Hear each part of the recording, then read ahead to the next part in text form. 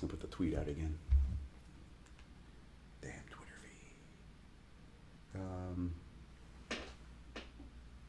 feed. Can you hear me now?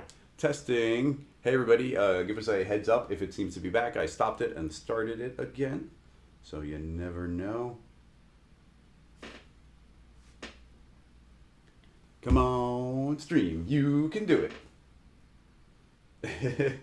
Minnie, if you can hear us saying, I need this stream to work. I must know more. Or do we seem to be back up again? Or is it... no, something. Like, sort of. Maybe. Kind of. All right, we're just going to plow through. We can't be constantly stopping it and starting it. So I'll tell you what. Well, I want to be able to interact with the audience. That's the entire point of doing a live stream. Keep in mind, if it drops, I will be chopping all the pieces together. I'll be uploading it to YouTube. You'll get access to it one way or the other. But it would be really good if we can get some people asking questions. But in any case, we'll cover more topics than we had even before. So hopefully it's going to work a little bit. And let's just jump to the screen and jump into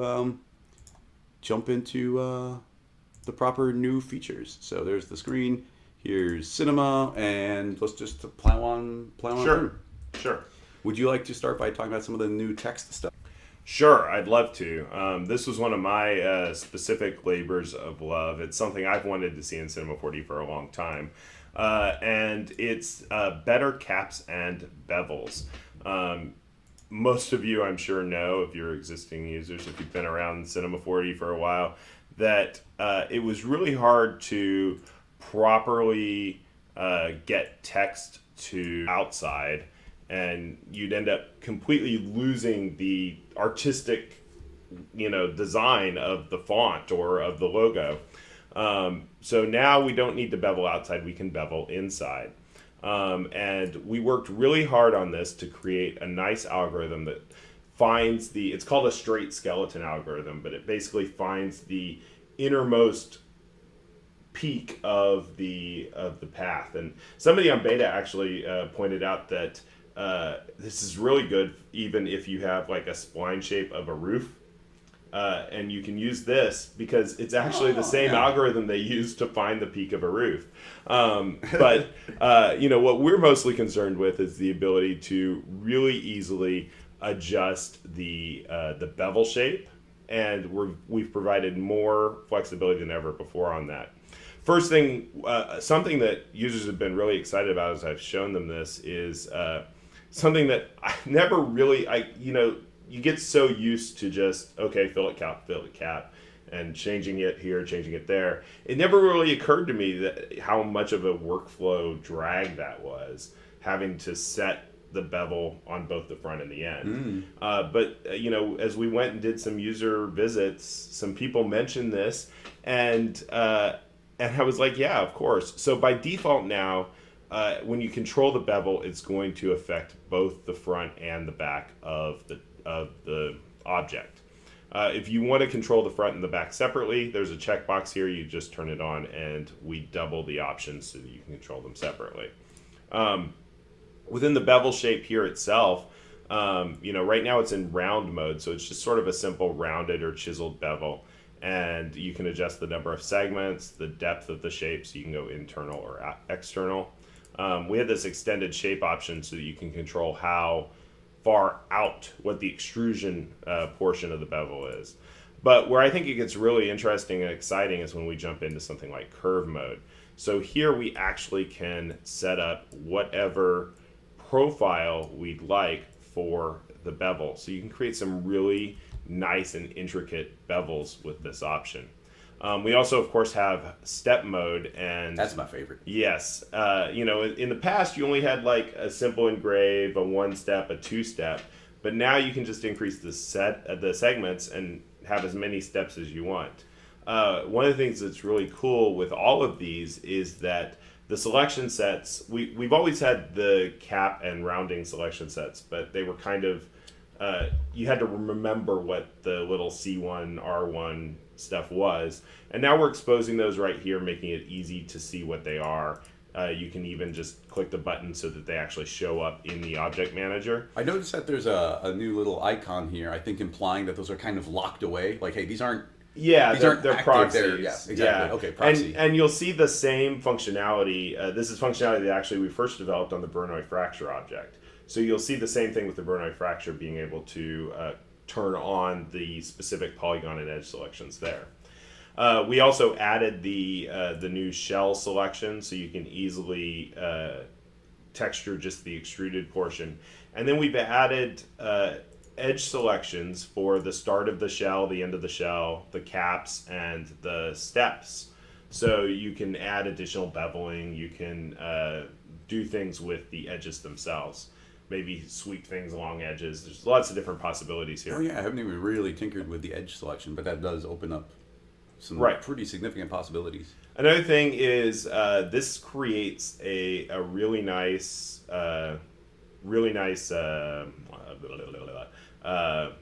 geometry, polygonal flow, and we've got options here. In addition to the quadrangles options and the triangles option that we've had before, we've added Delaunay, I don't know if that's pronounced right. Oh, okay. I was saying Delaunay. Delani? I was saying Delani. I looked up a video, and it was about a restaurant called Delani, and I was like, okay, I'm just gonna go with that.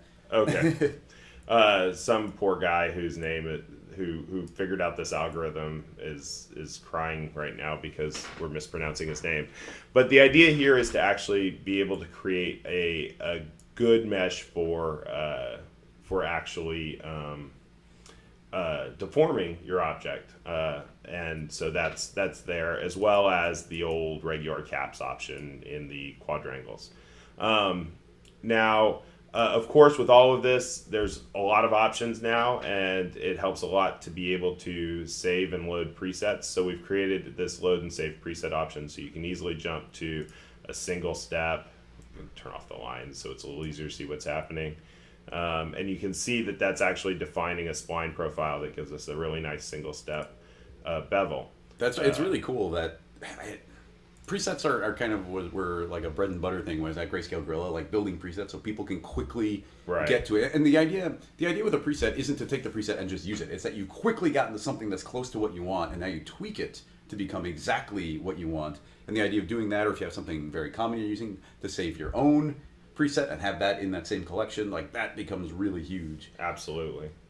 Yeah, and so this new engine works with not just the MoText and the extrude object, but obviously if you're using a lathe or a loft or a sweep as well, anytime where you would define the caps, you had the option to use all these new features. Exactly, like this works on the sweep, it works on the extrude, probably on the loft. I haven't tinkered with that one.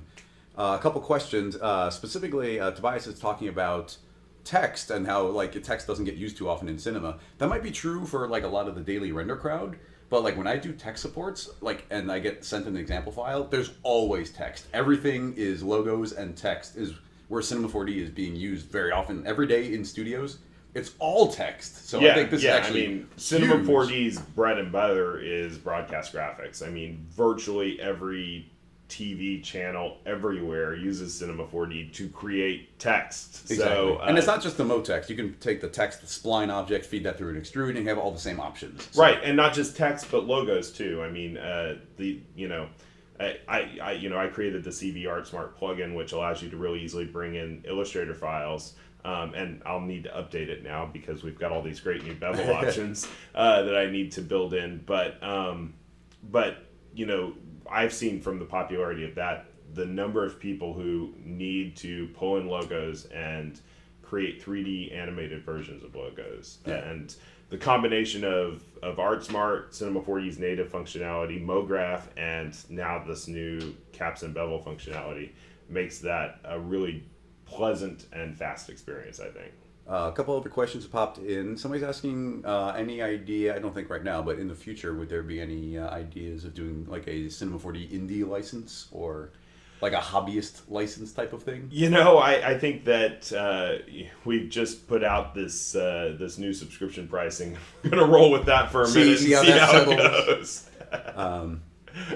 Yeah, and then let's see. Does this work for bevel modifier 2. I don't think this seems very similar to the bevel modifier, right? It's a lot of the same techniques, and it's actually not completely the straight skeleton and the same interface is not completely built into the bevel yet. But obviously we've created some new libraries here that we can make use of in other places in Cinema 4D. And I'm seeing everybody's questions come in here, which is great. I'm trying to focus on the questions that are pertinent to what we're working on right now directly. But for someone else's question about Redshift and the new nodes, just really, really quickly, I think that there's now node spaces where the people who are developing Redshift can go and start using the new node system eventually. And not just Redshift, but any third-party render engine can build out their own node system within Cinema 4D and using our new material nodes interface. And the node spaces allow you to, we can just really quickly... Yeah, go for it. I think we're done with text at this point anyway. Yeah. So if we create a new node material, let the computer catch up. It's trying to stream and show Cinema 4D all at the same time. And at the same time, I turned off the air conditioning so that the microphone didn't pick it up, and it is rapidly getting hotter. It's getting warm in here. We're running multiple machines. I'm full of hot air, so It's not surprising. But here we have the default node material for physical renderer. And you can see over here in the asset list, you're seeing all of the nodes that are available with physical render, which we've got some cool new nodes available too in physical render. But up here in the top bar here, we now have node spaces, and there's a drop down here so that we can choose to use a different node space. And as third-party render engines and Redshift integrate into our nodal material, they'll show up as additional node spaces. So they could potentially in the future say Redshift there, and then it would be the same exact interface with all of their nodes. Right. So we use ProRender basically as a test case for this to prove that it worked. And as we switch into ProRender, I probably shouldn't have done that because now it's going to tax your graphics card too. Yeah, that might be dangerous doing too much rendering here while streaming. So let's just go ahead and close that and switch back to physical render, and I'll just explain it. But as we switch into ProRender, what it's actually doing is it'll actually change all of the nodes that show up in that asset list to ProRender's nodes, and it will switch to the nodal material configuration for ProRender. So basically within a single nodal material, you can set up a standard material using standard material nodes, a ProRender material using ProRender nodes, in the future Redshift or an Octane or whatever other third-party renderer. You can define one material that contains the nodes for each renderer to make that material render properly for that renderer. So, future preset makers can create a material that works with all of the render engines, basically, because you can just swap between the different renderers and there's different node material setups. Yeah, so that's exciting potential. That's also a lot of work for potentially whoever's making it, right? Because they would be essentially remaking the material from scratch, but you could sort of make a universal material now, but they have to make it manually, and anybody who uses it and I hope that we can help to facilitate that as this gets off the ground and more people are developing for more render engines. Hopefully we can help with the workflow on that and maybe improve the way that it works itself. But the great thing is that each render engine is going to have its own nodes, and because they all have their own advantages and disadvantages, and by implementing these node spaces, you can make the best use of each render engine for what it does. And of course, if you're just an Octane user or just a Redshift user, you can just stay in the node space for Octane or Redshift and work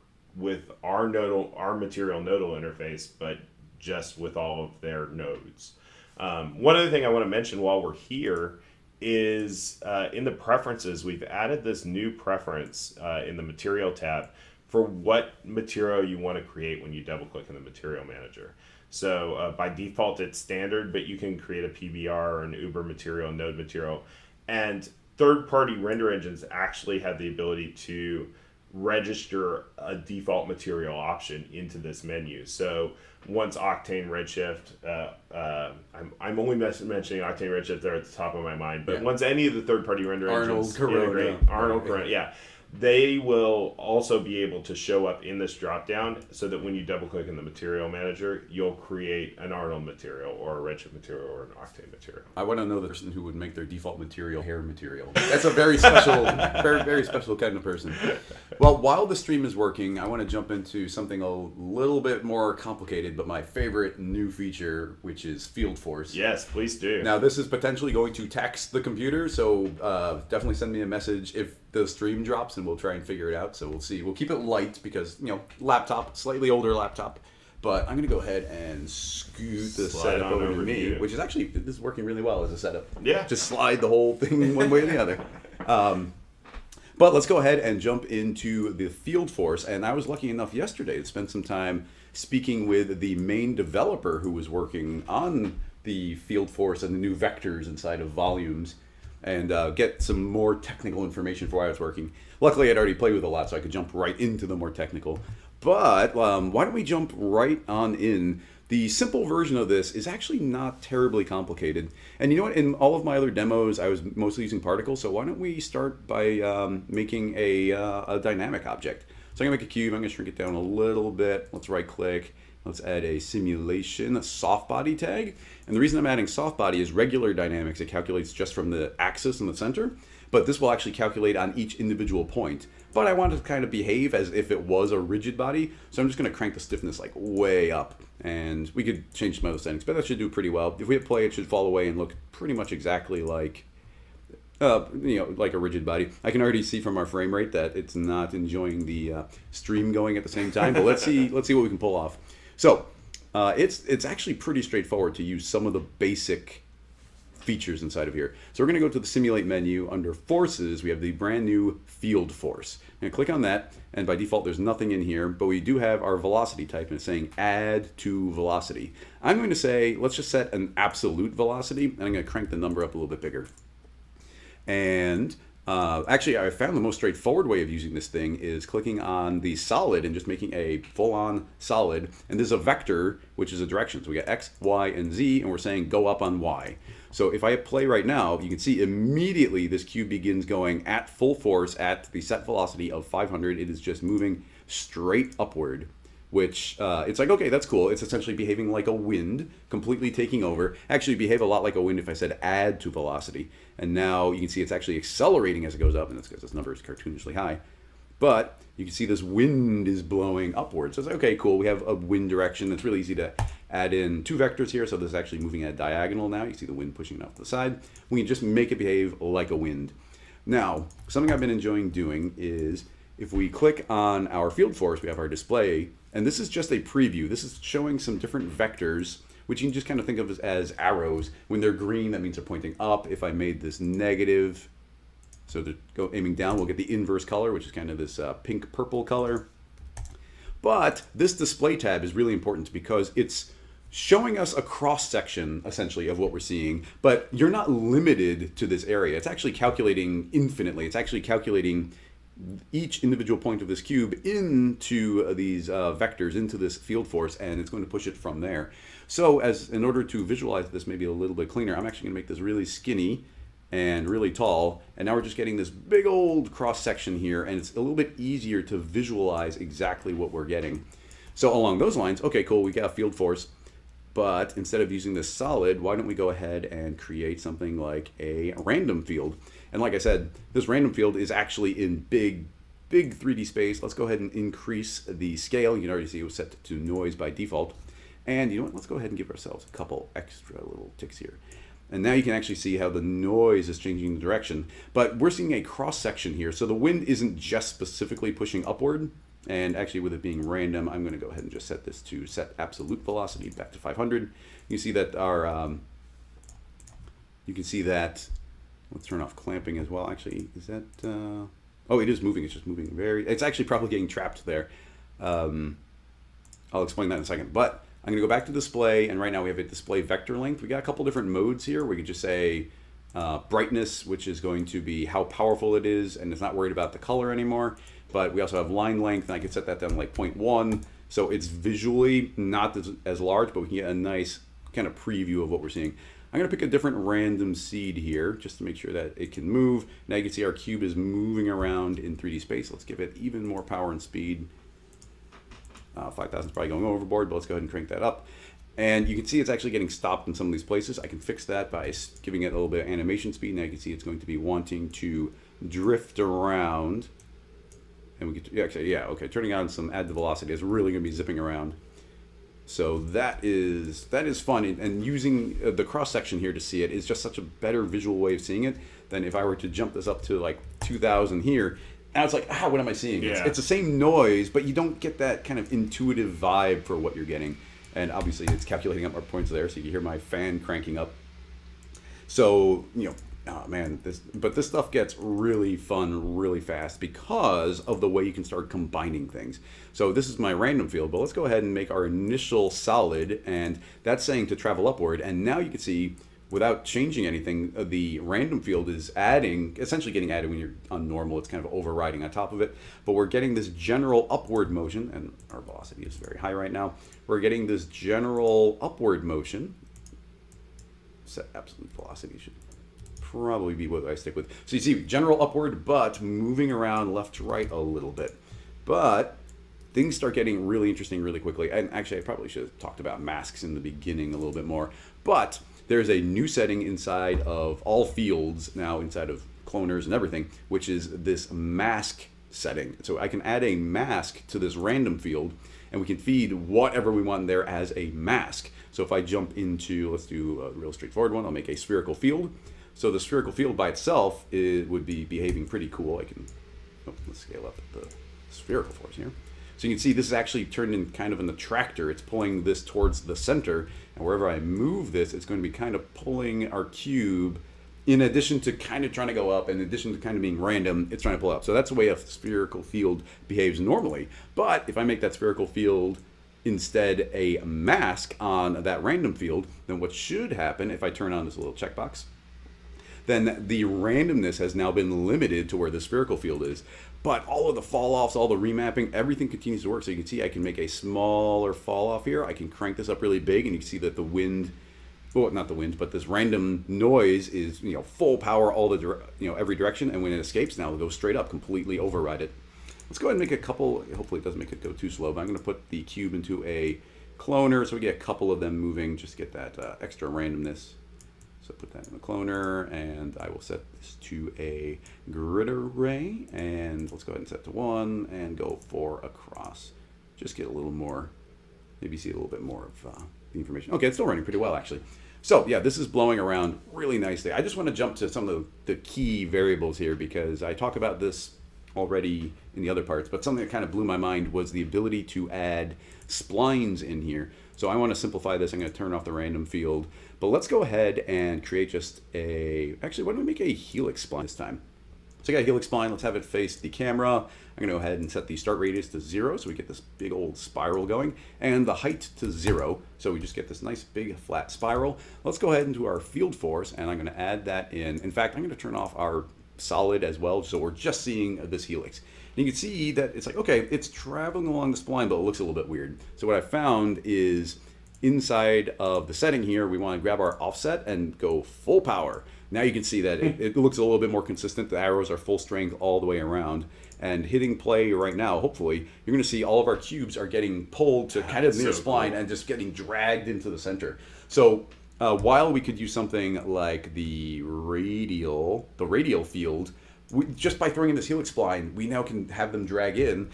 But if I click on our helix and say reverse, then now they're going to be traveling the opposite direction. In addition to being able to hit reverse there, you can also go into your field force and click on your direction. And we have this main value, but we could say invert direction. That'll do the same thing, travel the other way. We have our scale, which essentially is the power. We're scaling the vector is the way to think about that. So you can make it a lot weaker. They'll be traveling a lot slower, crank it up, or go up beyond 100%. They'll really be adding a lot of power. But you see, these are sort of overriding everything. This is full power at the full distance. You can even see no matter how far these travel in space, like way over here, the nearest spline point is right there. So that's the direction it will travel, just forever.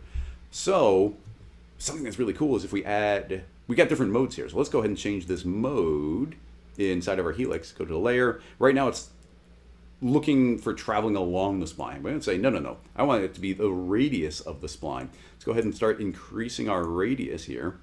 And now what's happening is it is trying to attract every one of these cubes. To the spline. Pull it to the spline, like right to the nearest point that it is available here. So that automatically awesome. We could also make these repulsing by going to direction and inverting that. Now it's getting pushed away from those. It's 3D space, so they just got pushed away that direction. But where this gets really, really cool and interesting to me is the idea of combining these. So I'm going to set it to along, and then I'm going to make a mask. I'm going to feed it that exact same helix spline again. And this one, I'm going to set it to be the radius, and now this is being treated as a fall off instead of a direction. So now you can see that we're fading out based on this fall off, which we can even once again remap. Like I can make this full power up to the edge or fade out or change it to a curve. But now any of the cubes that were within range to touch this, they are going to get pulled along. And like when that one in the middle falls down far enough to the spline, it'll start getting pulled around in the force, right? Exactly. Yeah, it's starting to happen already. Yeah, so yeah, very gently getting pulled along. So let's go ahead and reverse that again. And let's go back into our field force and let's go ahead and put that solid back on. And now you can see we have our solid, which is constantly pushing everything upward. But as it gets near this helix, those might take over and they'll start spinning. Now this is currently set to absolute velocity. So this radius probably isn't quite big enough to capture them. So let's go ahead and crank up that radius a little bit bigger. I don't want to go too far. So that should do a better job of capturing. And in the remap, I can also strengthen that up a little bit. So now they do have the ability to travel upward. In fact, why don't we just visualize that by grabbing our helix and I'm going to pull it up into the air. So now you can see, even though we're not getting the preview, they'll travel upward and suddenly they get pulled up into that helix so awesome. And they start traveling around. But the upwardness is still pulling them, so they might escape. But you can also, you can start combining things in such crazy ways because now we could also drag that helix spline in again. And now they're combining in a new way by setting that to a radius and starting to increase that. Now this is also becoming an attractor on top of it. Those are adding together. So now it's saying like, I want to pull towards the spline, but also travel along it. And we could change this to add to the previous one. And now it's combining those two. So now they're being both attracted to the line and traveling along the line. So now you see they didn't escape. And this is just by applying the same helix spline again and again and again in different ways and combining them. The idea of merging these things and adding noise on top of it. We can add the noise. Let's get rid of that mask. And now we've got randomness traveling all over the place. And they'll drift around. But when they get near this spline, they'll suddenly get pulled to it and begin traveling around. And keep in mind, this is just a single field force. So this is turbulence, wind, like a friction, gravity, all of those kind of combined into one super version, one super, not field force, but just a force for particles, for dynamics. And there's another thing that, it would affect hair as well. Yeah. So like it's integrated in so many different places in cinema. And once again, keep in mind that I'm treating this like it's a 2D plane, but this is actually 3D. It's almost like there's a big capsule shape that's swept along it, and if something was traveling from the side and suddenly collided with it going that direction, that would get pulled in as well. So that's where these things start getting so exciting. I'm barely scratching the surface here. I'm going to go ahead and pop open a scene file real quick. Yeah, and while you're doing that, I think that what's really cool about this feature is the opportunity to really get in an art direct dynamic simulations and experiment with the way that they actually are going to feed out, because you can just move the different forces, different objects that feed into the force. Some people on chat are mentioning galaxies. Effectatron mentioned river animations, text animation. I think it'd be really cool river. to put. I didn't even think about like the idea of a river where it's traveling along a surface, but like bobbing up and down. Like that would be super cool. But you can also have waves, but those waves could be animated as geometry, and then that could come in as a new surface that's referencing. Like you saw me dragging a spline, but we can drag in an object as a volume or an object to start being treated at. Not a child, he's dragging in like that. And this cube can have fall offs as well. We can have, it can be looking at the points, it can be looking at the surface, it can be looking at the volume. That all modifies everything as well. And once again, it all just combines. It gets super crazy. Yeah. And if you were to use a text spline, you could do some really cool like motion graphic stuff with particles and dynamics feeding into that text shape too. Just because somebody's asking, I'm going to throw in a plane object here, and I'm going to throw our soft body tag onto it and get rid of all that stiffness. And I'm not even going to change. Oops, misclick, get rid of the stiffness. I'm not even going to change anything else. Let's just make a material so we can see it a little bit better. So without adding anything else in the scene, I'm just going to hit play, and immediately you can see that this is getting twirled around in the center. If I grab my helix and let's go ahead and reverse it, this piece of cloth is going to travel along the spline based on it getting attracted in. We could have it getting pushed out. We could layer noises on top of it. But all the dynamic settings are still live on top of it. So we could be like, you know what, let's add a little bit of stiffness so it's going to maintain its original shape a little bit better. We could change the structure, the shear, everything, and have so much control over the way this piece of cloth would be behaving. So yeah, this art directing cloth, trivial now. Like crazy, totally. Crazy awesome way of layering that. I'm going to pop open a scene file that I just thought was kind of cool. So same everything. Actually, we'll talk about the volume builder in just a moment. But I'm using the volume builder a little bit, but this is just generating a bunch of particles with a tracer on it, and it's traveling along some noise, but I also fed in some text. So now it's just a perfect combination of, you can hear my fan going though, man, it doesn't like the scene. So let's calm that one down. But you can see just this text up here and everything, these swirls traveling around, points getting generated. It's just like, oh my God, it's so awesome. That's and it came together so quick. I want that scene. Yeah, and I'm actually excited to be here because you're teaching me R21. With the way things have been at Maxon lately, craziness with trying to get the My Maxon stuff going. I haven't had as much time as I'd love to play with all this stuff, and it's just so cool to see it. And you make everything look so fun and easy. So before I pass it back to Rick to show off maybe the Mixamo stuff or something next, Sure. I want to spend 1 second talking about the volume builder along these lines because it behaves in a very similar way, but there's some very specific additional features to go along with it. So this time we will create some particles. I'm going to go to simulate. We're going to add in particles. Something I found out was that these particles are actually running a lot faster in this version of Cinema 4D. Yeah, the developers did a great job of optimizing the particles themselves and the way they're drawn into the viewport. So a lot faster performance with the standard particle system. And there's a few other little new options hidden in there too. Oh yeah, I found out. This is super crazy. I was actually talking to the developer and I was like, what we really need is the ability to animate the number of particles because you can't do that. And as I'm saying, I was looking, I was like, wait a minute, look, we can keyframe those now. I was like, what? So that by itself is huge. Okay, really straightforward. We've got some particles being emitted traveling upward. Now, we're going to go and use the volume builder, which of course we've been using for a while to make some really cool blobby shapes and merging and biting things out. It's just a super cool new way of modeling in cinema in R20. But there is now a new volume type, which is vectors. Change it over to that, and let's go ahead and start feeding this. Let's go ahead and feed it another random field because those look cool. I'm going to drag it in, and instantly we're going to see it's going to generate the big cloud. Now this time it does behave in, actually, before I get to the random field, let's do a linear field. If I put a linear field in, you can see it's naturally got a direction. And it's kind of normalizing it automatically, so it's full power because it knows the direction because that's what a linear field does. I'm going to go ahead and make this linear field inside of the volume builder. There is, on every object, there is a creation space. Right. This doesn't calculate to infinity in all directions. It's only within the bounding box. Very important to note. But I'm going to go ahead and set this to be a really skinny on X, pretty much 0. And we're going to make it really big again. So we're kind of viewing it as a 2D grid, but this time it really is a 2D grid. But these are now all traveling straight forward. But now I'm going to go ahead and let's feed it a random field. And in that random field, I'm going to go ahead and say the random field the shape should just adapt to whatever's below it automatically. That's so cool that you don't have to set the setting again and again and again. You say, nope, behave just like the one below. Let's go ahead on the random field, and I'm going to change some settings in there. Let's go ahead and make our noise way bigger and jump it up 10 times the scale. We can instantly see the way it's kind of flowing. And now I'm going to change our noise type. We've just been on the basic Perlin. I'm going to go ahead and set it onto a Voronoi. And now we get this Voronoi noise where it's all being attracted in, or if we reverse it, pushing out from every single one of these shapes. So I'm going to go ahead and hit play if I wanted to. And actually, hitting play won't do anything right now because this isn't applying anywhere, so I won't worry about that quite yet. But I want to talk about some other settings that are unique to using the volume builder.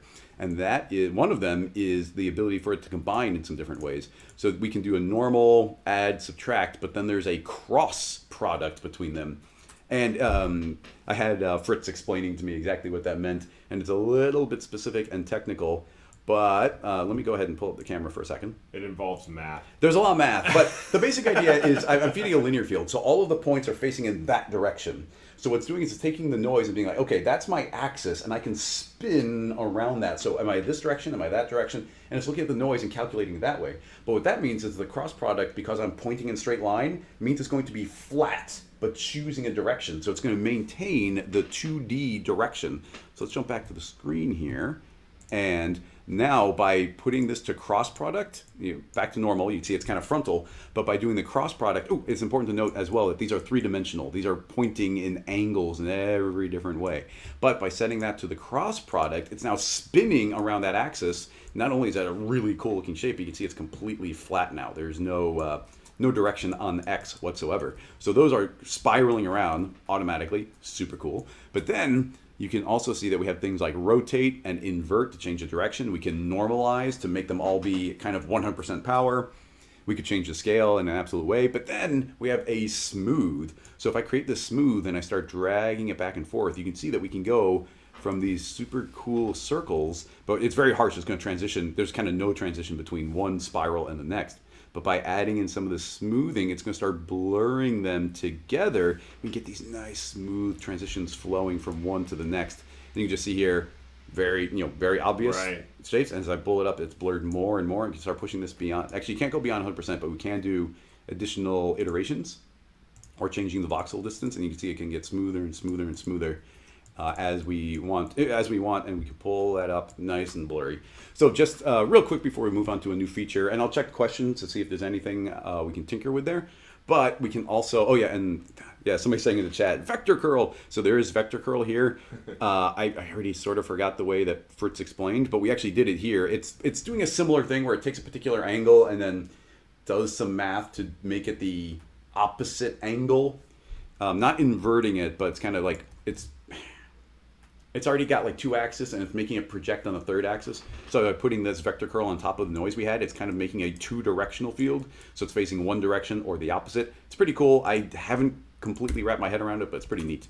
But in order to actually apply this to our particles, let's go ahead and create another field force. And we just drag in our volume builder as a volume object. And now it's just been fed in. Let's go ahead and say, change direction, so they're always moving at the same speed. And with any luck, I can just hit play, and boom, we get our particles flowing all around this surface. Something that's really cool to note as well is that this is automatically kind of cached. It's running really quickly, even on this laptop while streaming, so I'm impressed.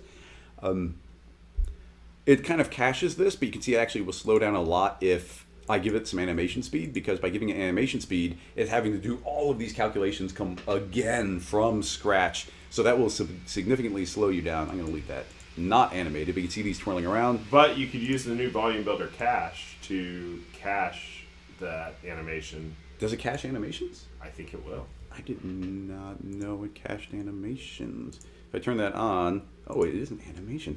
I didn't know that. Let's see if this works. I'm going to give the random field some animation speed, and let's go ahead and cache it.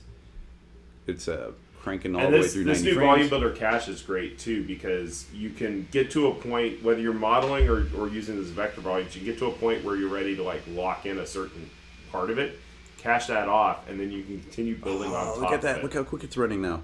So yeah, that totally works with animation. I had no idea that did. So yeah, now we get this cached animation. They're flowing through. We can go ahead and select our emitter. Let's go ahead and create a MoGraph tracer. Now we get these lines tracing around, like instantly, like, oh, gorgeous. So cool. And then going back along the lines of the scene file we were just talking about, if we just make some text here, make a text object. Let's hit R for rotate. We'll spin it in again. There we go. T for scale. Ooh, let's grab the text. T for scale, make it pretty big. It's not a very beefy around font, but let's go ahead and just type in Rick. And I would probably want to round it. In my other example, I rounded it because you want some rounded corners here a little bit. Right. But in the field force, we can just go ahead and add the text on top of what the volume builder was doing. I don't know what this is going to do by default, but let's hit play. And already you can see it's flowing around the text. Obviously, we'd want to do what I had kind of said, which is crank up your offset all the way so all the text is showing up. Let's go ahead and if we hide our volume builder, go back to our field force, go to display, show all of the points, drop this back down to box size 0, and jump that back up to 2000 by 2000. Then we can start visualizing this a little bit better. So, and then see me showing the line length. I'm going to scale this up a little bit. You can see how it's completely overriding, completely taking over. But if we go ahead and do that same mask trick, field force, object tab, add a mask, drag in the text a second time, tell this one to be based off the radius and give it some fall off here, then now you get the curve just around there, and then it can be adding on top of whatever the volume builder was doing below. So this is still sort of taking over, but you can see when it escapes, that's going smooth. But if we say, hey, add those together, then hopefully we can get them, well, I'm doing some setting wrong there, but turn off clamp, add volume builder. Well, I'm forgetting some setting here, but essentially this is the same setup I had with this text flowing around. We can just see here, I had a spherical field pulling everything towards the center, connect objects at the normal, those were adding, I'm not sure what I did wrong, but it's pretty straightforward making this. I just accidentally put this together. I'm gonna go ahead and check the chat. Is there anything to add onto Field Force that I didn't think of while I check the chat and see if there's any specific questions? I'm sure there's a lot here, and I'm really excited to see what people do with it. Oh my god, it's so crazy. It's really awesome. I don't have anything right now to add that I can think of. I personally, I think this might be the most advanced thing that has ever been added to cinema, outside of maybe like espresso and thinking particles when those came out, where it's just like it can do so. You can treat it really simple, and you got to think about it correctly, because if you just start randomly combining things, it might make some cool motion, but you don't know why it's behaving. So understanding what is happening and why it's happening, I think, is vital. Yeah, but part of the fun of Cinema 4D is just throwing stuff in dialogues and seeing what happens. That's true. I mean, everybody has just played with metaballs because those are fun, and then fracturing is just fun. But if you want to start art directing it, being meticulous, building things in a way that's very intentional is going to go a long way. And I think you can make your dynamics and your particles just... I mean, they're now infinitely art directable. It's going to be crazy. Right. I'm having trouble pulling up the chat here because the internet here is great. But one of the things that I did see in the chat was some people were asking about the new user data options. Oh, yeah. So while you're checking for other questions, this is something I can address really quickly. And there is the new user data tag that you can add on. And this just provides a placeholder for you to... It's just sort of an empty tag so that you can add user data onto an object really easily. But one of the really cool things, I think a more interesting thing that's been added to user data is that now we have the ability to save and load user data presets. Oh. So this is especially handy if you do a lot of rigging. So like you could say leg roll or ankle roll. I don't know. I don't do a lot of rigging, but but you know, you can set all this up and you can create a new data, and you can say, you know, toe, point, whatever, and you set up each of these with all of the limits that you want, with all of the you know, if you want this to be in degrees, sliders, you can set all of that up the way you want it. We can add a group and drop this out and call this foot controls. I can't type. Yeah, new keyboard. Yeah. And then you select this and you just say save preset. And we'll just say foot rig. And then we hit OK. And now we can delete this. And if we hit load preset, we can pull in the foot rig. And here's all of our foot control with the slider settings, all the user data settings that we set. That is awesome. I mean, especially for character riggers who are very consistently setting up the same user data every single time, I think this is really handy. Yeah, this is great. Couple questions popping in. A subscription question, which was earlier. It's a good question. Scotty is asking, what's the deal with Cineversity now and subscription?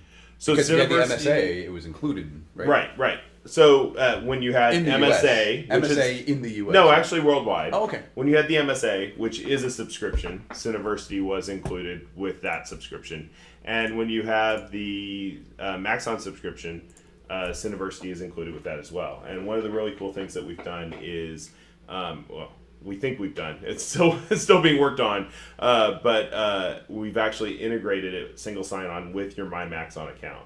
So you'll be able to simply log into Cineversity with the same email, password, login that you log into Cinema 4D with. Okay.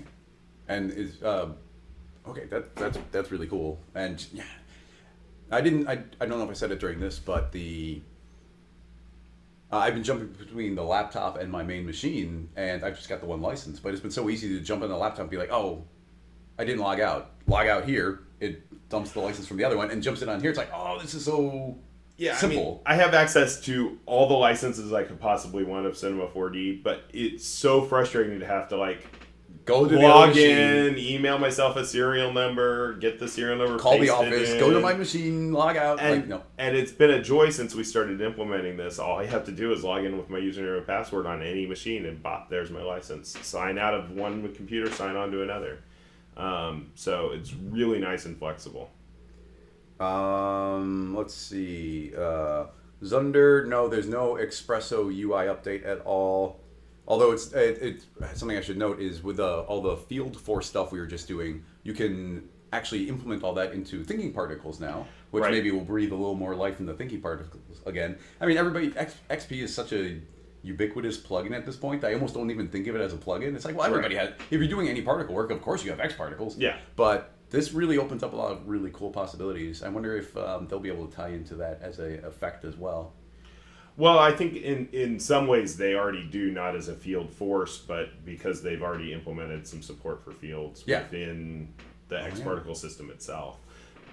But yeah, there's some great opportunities there. You know, supporting it with thinking particles, it's just a matter of completeness and making sure that the option's there for people who want to pursue that.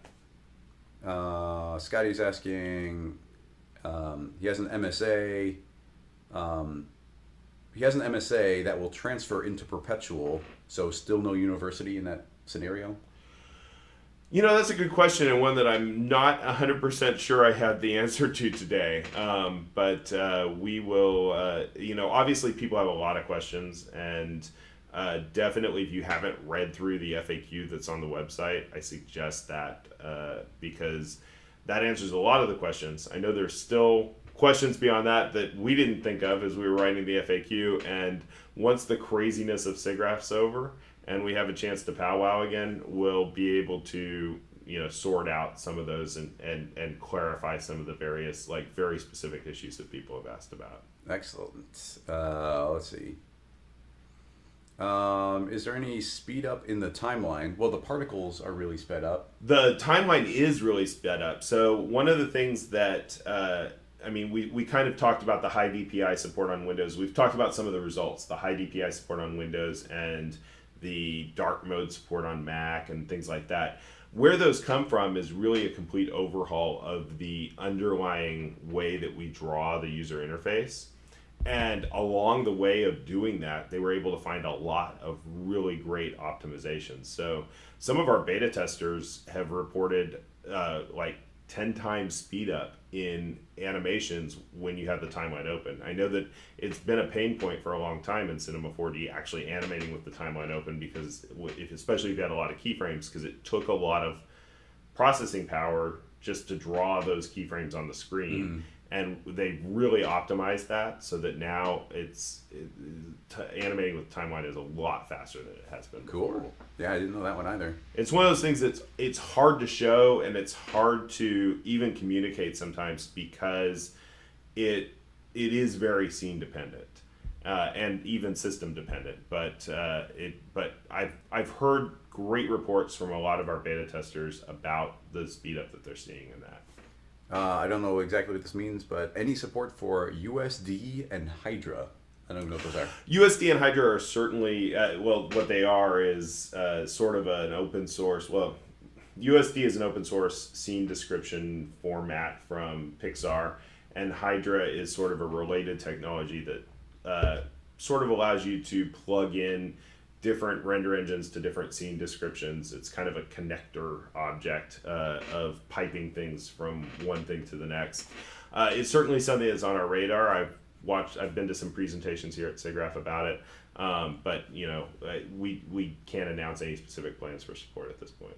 Somebody's asking about the denoiser, and we might be able to jump to that because it's pretty quick to demo. I don't have Yeah. any scenes prepared. Actually, I might actually. But we're probably going to kill your laptop trying. Oh wait, we need to switch to the screen, right? There you go. You get it. See, old fashioned. There we go. Okay. Whatever it is, let's do a simple render. Where are my files? There we go. And nodes. No, that's not it. Did I put it on here? I may not have put it on here. Bummer. Well, we we can just talk about it. Well, let's whip something up real quick. Okay. We don't have to make anything too fancy. Well, you work while I talk. Yeah. So the really cool thing about the denoiser, first of all, is that, and first of all, I should say up front, this is some great technology that Intel's provided. It's the Intel Open Image Denoiser, and it uses artificial intelligence to denoise footage, and it does an amazing. I've been like I haven't played around a whole lot with it, and just last week I was creating some demo files for SIGGRAPH. That I forgot to put on this machine.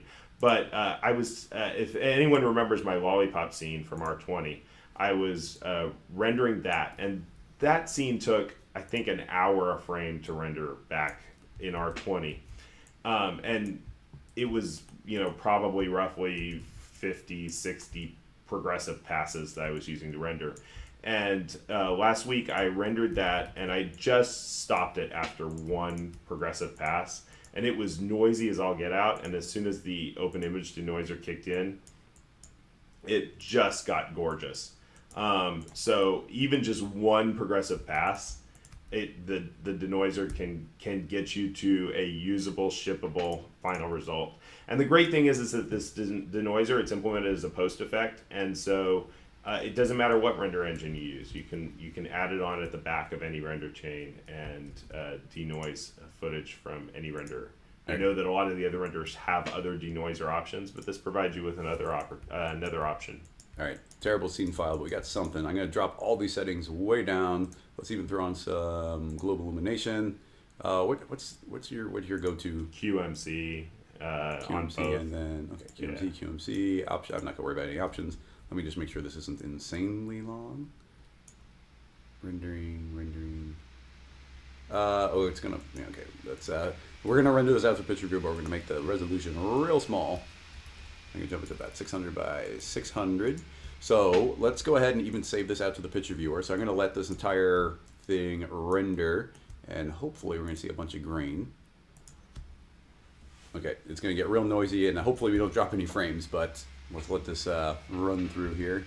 That might still take a little too long. One of the things while this is rendering, if I can talk over the loud CPU fan, one of the things that the scene I was actually trying to create when I was discovering how great this denoiser is pointing out the new AOV options within the node-based materials for physical renderer. And those are really cool because you can output specific masks of, not just masks, but specific textures and specific materials at different parts in the nodal tree into their own multipass. So lots of cool options there. Yeah, I had to ask you what an AOV was because in the third-party renders, arbitrary output value, I think. Value, yeah. Yeah. So it's like a super object ID essentially, but Basically, for a material and whatever part of the material you want to pipe out. And then so you can actually pipe out color data. It's not just a black and white mask. So if you want to just pull out like the raw texture, the unlit logo, and be able to comp that back over, you can do that. So this is suitably grainy. I think this is a decent candidate. So this is just the raw image. Almost done. Okay, cool. So that is it without it turned on. Now let's go ahead and right click. And I didn't realize you didn't turn it on. I didn't turn it on. So it's supposed to be, I wanted to A/B it. So now we've got the denoiser. I'm not even. There's like almost no settings here. Right. So there is. Let's go ahead and start it, and I'll talk. Okay. There is the option here to actually feed in albedo pass and or color pass in order to use that to sort of guide the AI to choose the right denoising. Just makes it a little cleaner and smarter then. Yeah, honestly, I haven't played with this a whole lot, but I've never actually changed that setting. So, and it's always turned out great. So, Is the denoiser only going to work on an Intel CPU? I don't. I believe it works. I'm not 100% sure, but I believe it works on Intel or AMD. It's just code, so yeah, and it's actually, I mean, just like Embry, the technology that we use for accelerating ray tracing works on any processor as well. Let's see. Suspense is killing me, says Effectatron. Yeah, let's see. Okay, just crank it through. We're getting there bucket by bucket. Yep, we're getting. Oh, another thing you mentioned to me is that right now, obviously I've only got physical standard and pro render on this machine, but that there's no reason that this shouldn't work on a third-party render because it's just a post effect. Yep, exactly. So again, a lot of those third-party engines have denoisers built in as well, but this gives you another option, and you can see if this will. And look at that. I mean, it's not in this case not perfect. Well, I intentionally put it really low, and we we're could also have increased the passes just a little bit more. But it'll zoom way up for anybody. I don't know how well it's coming through on the stream, but if we zoom way up, you can see all this horrible grain, and then we can just click through, and it's like boop, boop, boop, boop. So like this is once again not the best example of this, but I was testing it, and it added like 1 second of render time, right? And it was like, oh my god, it would take an extra hour to make cinema look like that. Yeah. To get rid of that much grain, and it's just like, nope, gets rid of it. And the more time you do let it process, then the less grain it has inherently, and it can clean it up even better. Right. But especially cranking a still out really quickly, like it's just a magical one-click solution to make it work. Absolutely. So yeah, that's a big one. I mean, it's almost like there's never a reason not to throw that on every single render. No, yeah, it probably should just be in the default presets. I'll make a note of that. Yeah, and I haven't done a lot of A/B. And see if there's any more comments here. I haven't done any A/B, or I haven't done a bunch of testing with like different scenes and different resolutions and whatnot. But everything I have tinkered with, it's just automatically worked and looked really good for whatever the input was in. Somebody's even saying that you could do a workflow. There's no reason you couldn't just take an image, an image sequence rendered from something else, or even like grainy footage of taken off your iPhone or something, right? And then put it on a plane, render it out, like so it's instant render, and let this algorithm just apply on top of that footage as well. Totally. Somebody just recognized that I'm the voice of the Maxon tutorials. Yep. So would you like to try and do the Mixamo stuff? That's gonna be sure. This is an untested area. We haven't seen these scene files, and also I if you guys watch my R21 video, when I tried to apply to a character, I obviously did something wrong because it was kind of horrifying. But so I do have to off the bat say thank you to Steve Teeple, we call him Teeps, who sat with me in the booth this morning and helped me to learn how this works because it's a new workflow for me. But I'm excited about it because, character rigging has always been something that's a bit of a challenge, I think. And Mixamo is such a great resource for automatically weighting your characters, automatically, getting all this great mocap data and pulling it in. And this rig allows you to actually apply that really easily, but then actually adjust the animation on top of it. So this is a raw FBX that this is Steve's character, and this is a raw FBX that he got back down from Mixamo. It's just an idle motion. But basically, you export your character from Cinema 4D and import it into Mixamo, and Mixamo processes the weights and you can apply animation. And then you download that FBX back down into Cinema 4D and you get something like this.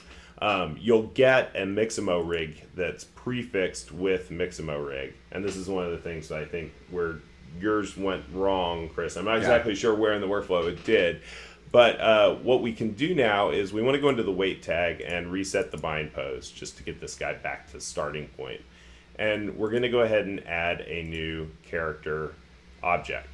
Now, for those of you who aren't familiar with the character object, this simplifies that rigging process greatly. There's an advanced biped rig, quadruped rig. You can use these rigs to sort of get started with setting things This up. came in like R13 or something. Yeah, and I'll mention that when you're not using Mixamo, when you're creating your own custom rig and defining your own weighting, the weight algorithms have actually been improved to be a lot more accurate now. And even there's the option for third parties to write their own weighting algorithms. So if there's new papers that come out that we figure out that there's some volumetric super bone glow that's better than volumetric bone glow, which we added in 21, you can actually write that algorithm and add it into Cinema 4D as a plugin.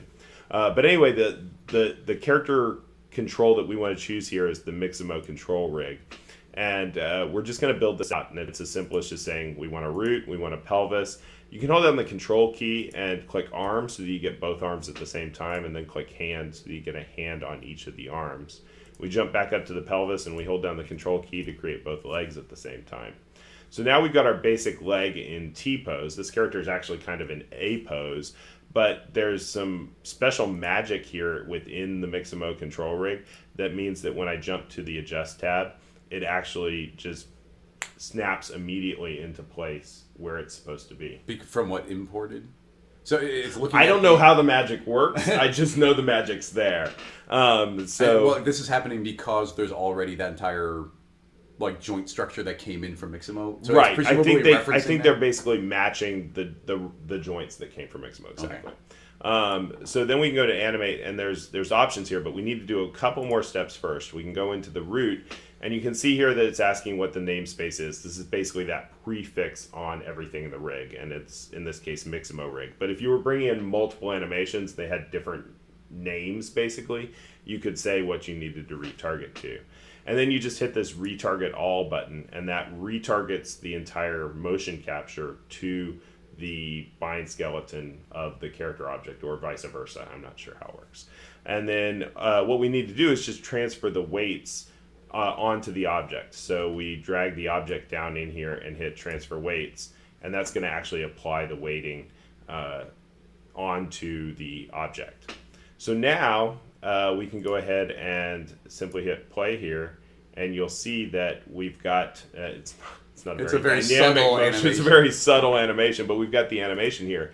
And the cool thing is that I can select the controllers, and I can do IK animation on top of that animation that's coming in from Mixamo. And you can even go in here into the character object controls, and you can adjust the blending between the IK animation and the mocap data that's coming in from Mixamo.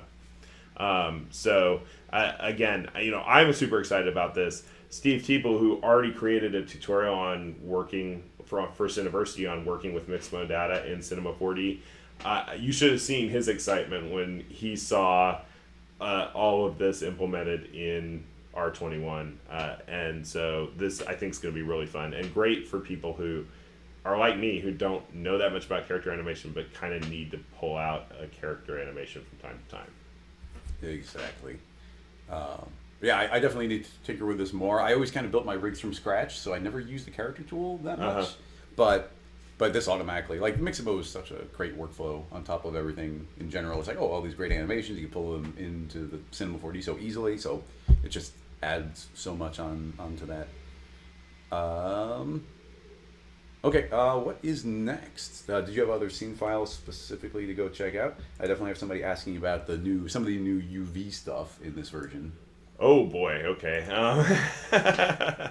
What do I have else to talk about? This is just a cool little thing that one of our programmers posted the other day. Some of the new physical render nodes, and because we've got this new, ironically enough, we got this new node for blurring in 2D space. But the interesting thing is that you can blur something in 2D space and then do a smooth step and actually make it crisp again. So here's a very low res logo, but we're just putting it through this very simple blur and then smooth step. Actually, let's just go ahead and mute the smooth step for now. I got to learn how to do this stuff better, but let's just jump that straight over there. Yeah. And so we see here now that it's blurry, right? Mm-hmm. And then we drop the smooth step back in, and we actually get a nice crisp logo out of it. So the combination actually of just a few nodes can create a really cool effect there. There's a number of new 2D nodes. We can get the average color of an area. We can do blurring. The kernel provides some really crazy options that I guess people who use Photoshop in the 1980s know how to do. But it's a cool one to experiment with. And there's a bunch of presets, so you can get like the outline effect that Photoshop has, and a bunch of there's like you could box blur or something with it. There's like a whole list of presets, but it's some sort of math you plug in and it magically does it. Yeah, presets go a long way. There's some like trace multi-ray options and get context, so you can get really nerdy with the nodes. The great thing about the nodal editor though is that once people package things up, you can get something nice and clean like the Uber material, so that you don't actually have to jump into that nodal editor all the time. You can just go in here and work with a material interface like we were used to from the days of C4D old. Yep. I mean, this is still my go-to. So yeah. There's that new cell generator. Right, the new Voronoi cell generator thing. Yeah. Yeah. So it's like you can feed in an image and then it's going to adapt based on the fall off of the image or the black and white value, and then it's going to generate cells like a Voronoi does. And somebody was asking about the pro render improvements. I don't think because we're already taxing this laptop, it's a good idea to demo those here, especially because I'm not that familiar with them, so I probably wouldn't do a great job. But there is a completely new nodal interface for pro render, and there's actually implemented in there is actually volume rendering. Yeah, so you can actually get volumetric rendering of gases and clouds and stuff within pro render. Let's see. What happens with Team Render now with subscriptions? There's really no change. Team Render is available with your Cinema 4D R21 subscription. Let's see. Handy, useful, people liking that stuff. No specific questions. Definitely can't render volume stuff on this machine. That would completely explode. Even just starting out Pro Render, I think it would be like so let's see. Hey everybody, thanks for coming and hanging out. Let's talk about some of the UV stuff in general. First of all, I mean, just a bunch of objects have way better UVs, right? Yeah, and that's a great start, is that a lot of the primitives have gotten updated UVs so that there's a better UV layout to start. Oh, and while we're talking about primitives, so we've been doing this. Okay. Are we on the screen? Switch to the screen first. And then switch here. Okay. We've been for the last few versions, it's kind of just been the little bottom listing on the modeling page of new features, but we've been building an entirely new modeling core under the hood, and that's going to be it's increasingly, as we build more and more stuff against that new modeling core, it's increasing our ability to ensure that we've got robust modeling operations, and as we move forward, we'll have new modeling operations. But a lot of the primitives have been updated to have new, better UVs, and also I think something that everybody's going to love, I know I do, is that for instance, when you make a cylinder editable now, you don't need to worry about optimizing it anymore because the caps are just always connected by default. Yep. So that's really nice. But the UVs that you get with this now are... Well, that's not a good example. Or you can just toss a checkerboard on... Yeah, but basically the UVs have been improved on a lot of these primitives, and there's this new UV transform tool that's really handy as well. So we find that UV mode, I think. Yes, and then I need to. I'm still getting used to the new menus, guys. Right, so that button right there that's currently in yellow. Thank you. Chris is taking care of me here. So this works pretty much just like the transform tool in Photoshop. Based on where you click, you can actually control what happens, so we can scale or rotate. And you can also move this origin point to any spot. So if you wanted to rotate around that spot, you just move the origin point, it snaps into that corner, and now we can rotate around that spot. So it makes it really easy to manipulate a whole group of UVs all at the same time. Also, a lot of the modeling tools, as we transition to the new modeling core, are preserving UVs better. So like when you do an extrude inner or an extrude, a weld, the resulting UVs you get are going to be much improved over the UVs that you had before. So, there is definitely still a lot of work to do on the UV toolset in Cinema 4D, but part of the goal is to make it so that you've got a better starting point in a lot of cases. And as long as we have this this transform gizmo up here, I just want to show that you can also grab the corner, but if you hold down Shift, you can get non-uniform. Hold down Control, you can pivot one point in. You hold down, let's see, well, Alt is pivoting from that point, but if we grab that point again, we can hold down Alt as well, get the opposite corners going. Hold down Control and Shift, or is it Control, Shift, and Alt? Yeah, you can start getting some really funky scaling, but just like transforming stuff in Photoshop, you can really manipulate the exact shape of it if you want to give more emphasis to certain polygons rather than to others. Right, and there's a number of other little improvements throughout the UV workflow that are here, like better snapping and things like that. But yeah, it's a start. Yep, we'll put it that way. Yeah, UVs. Every once in a while, we get a little hint of some fun UV stuff. Let's see. Someone had a question. Oh, if we tried to render volumetrics on the laptop, we might get some real life volumetric flame. Yes. So, yes.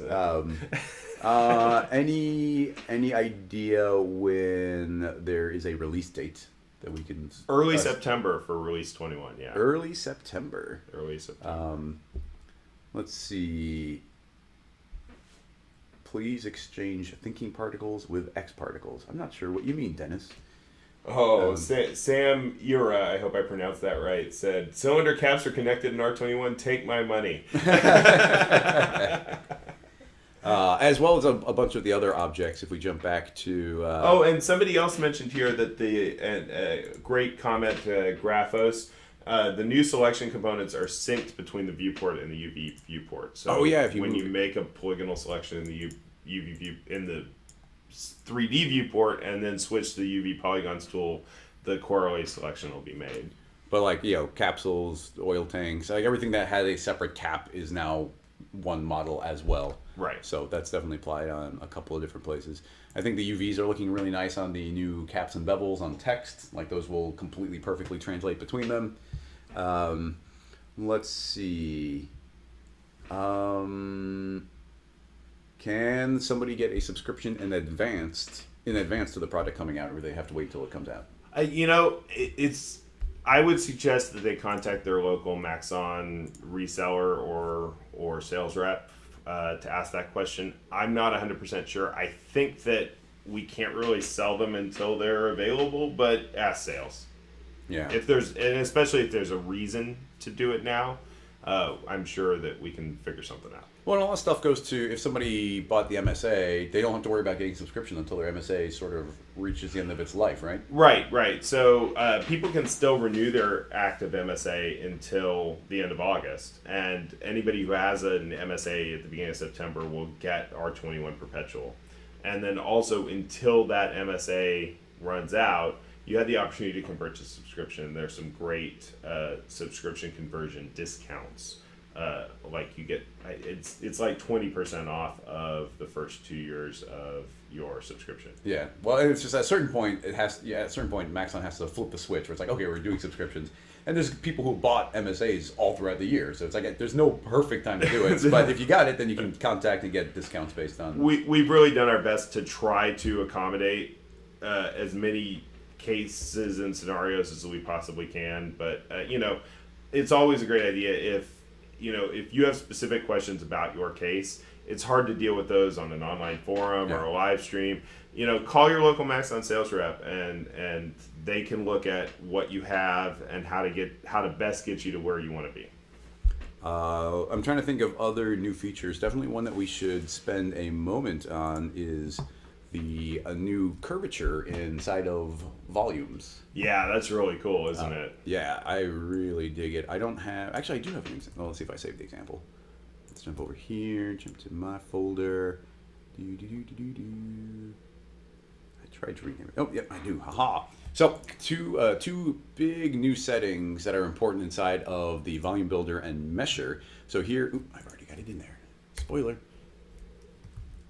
Let's go ahead and delete that out. Okay, so that's why it loaded so quick, actually. So I've got this kind of crazy medallion shape. It's just a combination of a bunch of different splines and motext and everything. So right now, if I were to grab this motext and just type in some crazy stuff, click off of it and let it update, you're going to see it's rebuilding the entire hierarchy. Everything here has to be calculated. You can hear the fans going nuts. But now, inside of the volume builder, we can go ahead on any given layer. So I can click in the smooth one. And keep in mind that smoothing layer is the one that really tends to slow down the volume builder. It just has to do so many calculations to smooth every single little polygon that's being generated. So we can go ahead now and click on this cache layer, go ahead and cache it, and you can once again see we have animation there in case you had something animated. But boom, that just cached that one time. So now with our motext, if I go and update that now, let's just type in R21 again, select copy, paste, paste, paste, paste, paste, select copy, paste, paste, paste, paste, paste, and click off of it. Now it doesn't have to do all those calculations underneath, and as you can see, very quickly it went, and I didn't even hear the fan ramp up that time because it didn't have to do that many calculations. That's that smoothing for you, it'll get you. So that automatically is really cool. But another awesome new feature inside of our volume mesher is, let me scoot this over. In the volume mesher, there's a new checkbox for create curvature map. Go ahead and turn that on, and we're not going to see anything right away, but there's now a vertex map over here. And that vertex map, we can go into our material, and this is the way I showed it off before, is let's just go into our luminance channel. Let's go ahead and create a vertex map, and based on that vertex map, we can drag that in, and hopefully here in the viewport even, we can see that it's generated almost like this perfect shadow map where you could add rust or grime or dirt or worn out edges just based on that being completely generated parametrically, and there's probably a lot of different objects that are going to behave differently, and that should all automatically update as well. If we go back into our builder here, let's just drop this sphere in, T for scale, okay, there it is. Hopefully this doesn't make it explode, but let's go ahead and add this in, and it's a union, so that should be incorporated. I didn't make it a child, so it didn't disappear with it. So that disappears, and then let's see. I'm gonna add in. Let's just add in a nice big tall cylinder as well. So hopefully we can see where these two are combining in there. Yeah, you can now see that we get this curvature map being generated on the corners there.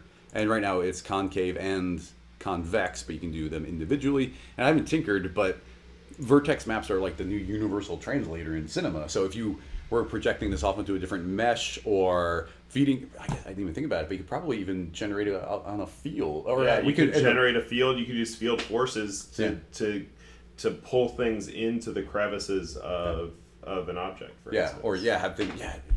That's super crazy because we could drag this in as a source and get directions from it. So that would be really cool.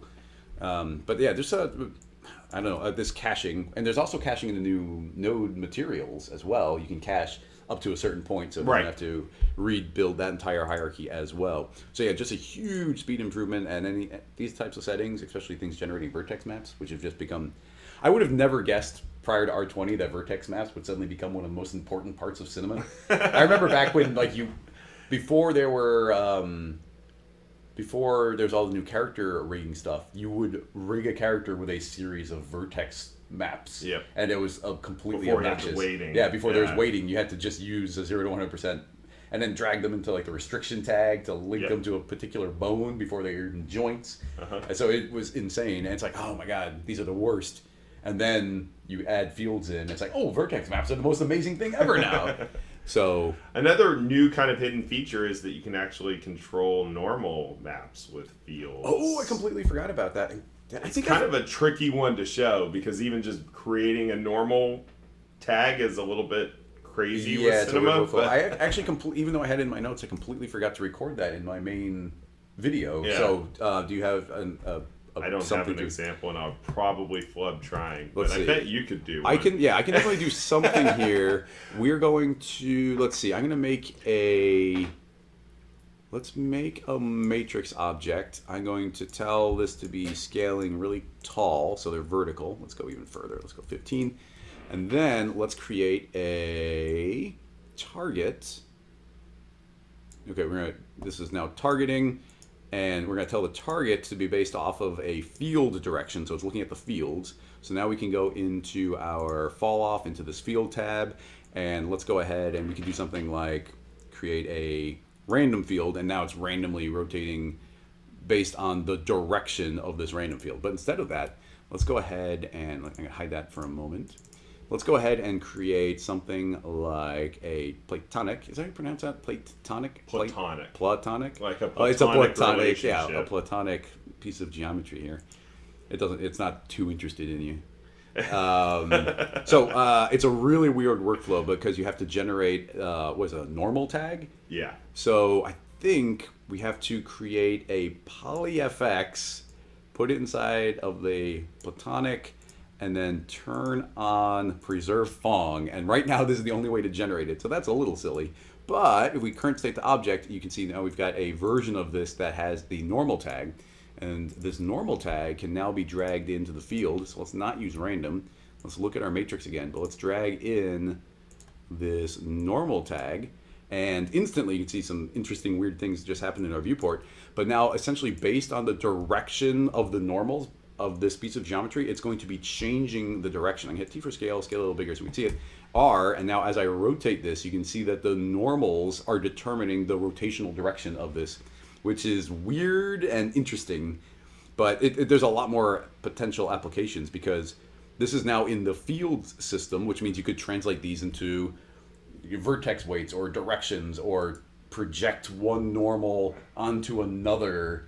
And it gets really weird. This is the only example I've kind of put together, but right. Well, and also you can actually use fields to manipulate the normals. Yeah. So that starts getting real interesting real quick. And we'll screw this up royally, but let's just try creating a linear field, and you can see how everything looks flat now because the normals are all going in one direction. So the Phong is being tricked now into thinking everything's facing the same way. Yeah. Right. And so, I mean, I suppose that there's ways that you can mix multiple fields together to get some interesting effects with the normals. This is another one of those things that I'm really interested to see what people see, how we're getting sort of a different normal effect there. I'm really interested to see what people do with this because, I'm either not smart or not creative enough to quite know the application right off the bat. Yeah, but that's one of the great things about Cinema 4D, and we just provide this tool set that we make as flexible as possible, and people just constantly surprise us with the way that they put it into practice. Yeah, well, when MoGraph came out, there were so many possibilities. It took a really long time, I think, for us to kind of find the edges of like the things that were possible, and we're still finding new things all the time. But then in R20, with the addition of fields, and now with the addition of stuff like this normal, and with the addition of all the new vector stuff, it's going to take a really long time until people find the limitations of what can be done. Because when I was sitting down with people who were showing off some of the vectors, we were like just while sitting there thinking of like 5-6 different ways of getting the same result, but there'd be different reasons to build one way versus another, right. And those combinations, like I haven't even begun tinkering with that, but we could take the normals from this and feed it into the vector force and then get everything projecting off of the shape that way, which is, there's just so many combinations. We've barely tinkered. We could have spent all 2 hours here easily just playing with vectors. Yeah. Like, it's so deep. It's so endless. One of my colleagues on chat is actually saying that one great use for the normals is to generate a spherical normal for a plane and then put a tree far in the background so you get sort of a a shaded direction. I mean, the tree doesn't look just flat. Huh. So, because there's a lot of things where like you put a displacer and the displacer is looking, or you put like a constraint tag and you can say, look at the normal. Right. But if you're using the normal tag, then presumably that's the new normal, and a flat plane could take on the properties of the top of a sphere. And so it's on a plane, but it could tilt out based on the normals. And there's probably other ways to do that, but now that's a new combination that can get really specific. And I remember seeing a couple visuals where people were projecting the normals of a text object onto the front of a sphere, and then the sphere is now showing the text in this really weird, interesting way. I think the combinations there's interesting are nuts. possibilities. One question in chat was about the whether there was going to be a student monthly subscription. Maxon actually already offers free student versions to students in animation programs, and we're going to continue to do that. So there's going to be more details about how that all gets implemented in R21 a little bit after the actual commercial release, because student versions typically trail a little bit the commercial release. It takes us a little bit of extra time to get the system lined out for them. But look for some information on that probably in October, November at the latest. Awesome. All right, we're getting the home stretch here, so if anybody has any questions, hit us now. Yeah, I actually need and to wrap up and jump out and get back to the booth. I've got a meeting in 10, 15 minutes. Oh, okay, so. yeah. So You're usually welcome to keep streaming. Yeah. Oh, yeah, I was going to wrap this up in about 10 minutes anyway. So, let's see. Chan, do people in this industry even go to school anymore? I think a decent number of people do. There's lots of different forms of education these days. But, and my thought's always been, even when never mind, I'm not going to go that train of thought, but like, just jumping into software and learning it. What's great is like if you have like whatever the student version is, or the demo version, or a subscription, or a perpetual, it's all exactly the same cinema. You download the demo, you've got the full final version ready to rock. And by the same token, if you have the student version and you graduate, you just subscribe to the commercial edition. You don't need to download or install a new Cinema 4D. You just switch your entitlement to the commercial entitlement. So this might not be something that can be answered right now, or maybe you don't even know, but this is going way in the future, so feel free to say we can't do it. But when, let's just say, another version comes out a year from now, would the current version of Cinema update into that new version, or would it be a new install?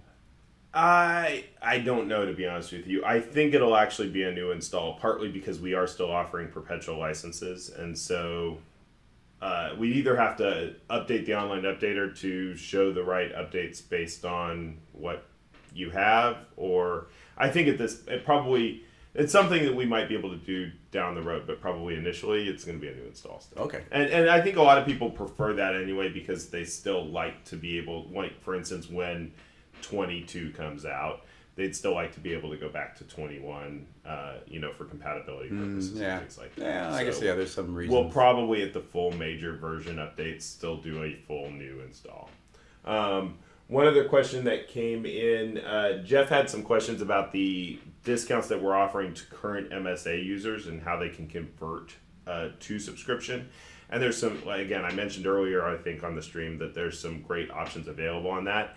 I don't really want to dig in too deep into the details here, but again, that's one of those things where your best bet is to contact your Maxon sales rep, because they can look at your specific situation and how the changes affect you. Yeah, and then just to throw it out there, it's going to be individual cases. Everybody's got their own use, or somebody has a studio, they bought 20 perpetual licenses. Like, what does that mean for going? But you contact Maxon, and it seems like just the overriding goal here is to make everybody happy, and that nobody should be being punished because they recently spent some money at Maxon. Like, if you bought the software, then there's a lot of effort going into making sure that you can switch over seamlessly and not be punished for having purchased at a particular point. Yeah, and we try to get in a little bit more detail in the FAQ, but still, again, everybody's situation is just a little bit different. Yeah. And so, and there's obviously questions we haven't, and there's even calling your sales team, there may be some questions they can't answer yet, because we haven't answered them yet. Yeah. I can't remember what it was, but there was that one question where it's like, what are we going to do in that situation? We didn't even think about it. We really tried to anticipate, but it's a big change for us. in the way that we do business and everything. We're super excited about it, but we've pulled together quite a system in a very short amount of time, and there's still details to work out, obviously. Exactly. So definitely appreciate the patience everybody has with us as we clarify policies and get everything dialed in. Yeah. But okay, looks like we've wrapped up questions from Twitch specifically. Yeah, I think YouTube's pretty much sorted out. Somebody's asking if you could get curvature without the volume builder. I don't think so. There's not curvature naturally in other places, but you could pretty easily throw your object into the volume builder, get a mesh from there, possibly not even a very dense mesh, and then feed that vertex map into the vertex map of the original object and transfer it so you get the same fall offs from there. So you would have to put it into the volume builder, but you can then transfer it easily. Yeah, I think they're completely unrelated mesh. I wouldn't be surprised too if there aren't some techniques, because you can feed a vertex map from fields. I wouldn't be surprised if there's some techniques to actually drive a vertex map using fields to generate a curvature map. Yeah. By putting the object back into the field. Off the top of my head, I couldn't show you how to do it, but there may be an option there. But like you say, just drop it in a volume object and feed it out from there. Yep. Pretty little poly.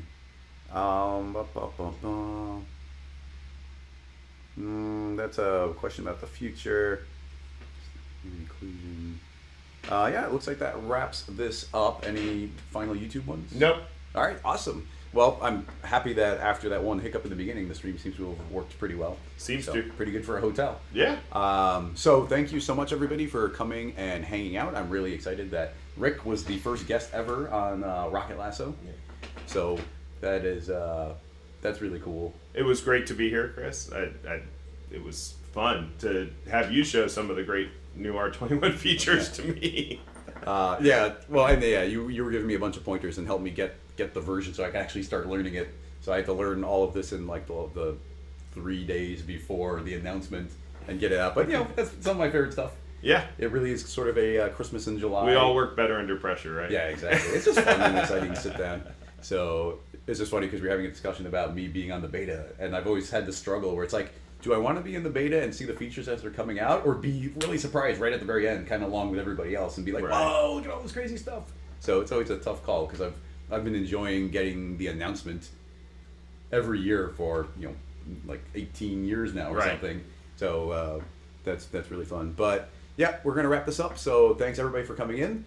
As I said, we're going to be wrapping up the season of Rocket Lasso pretty soon because I've got a lot of other things I need to be planning, but there'll be a new season coming up again after that. If you enjoy this sort of content, jump on over to the Rocket Lasso Patreon account. If you're on Twitch, you can go below and you'll see a link, and that just helps me do more live streams, be able to pull this kind of stuff off. The idea of a week ago being like, screw it, I'm going to SIGGRAPH anyway, and jumping on a plane and heading out. It enables this kind of stuff and talking to you, talking to everybody else, the developers, and figuring out how the software is working. So that's all really cool. I really appreciate the support. I appreciate everybody watching. I'll see you online. Make sure you check out the R21 video I put out yesterday, kind of covering a bunch of these features. But that should wrap this up. And please, once we're done here, turn over to c4dlive.com and watch the great presentations happening. Yes, exactly. For the rest of today and tomorrow, there's a bunch of presentations happening, and they've all been really great so far. So head on over right there, and the conversation can continue. Yep, absolutely. All right. Thanks everybody. Bye-bye.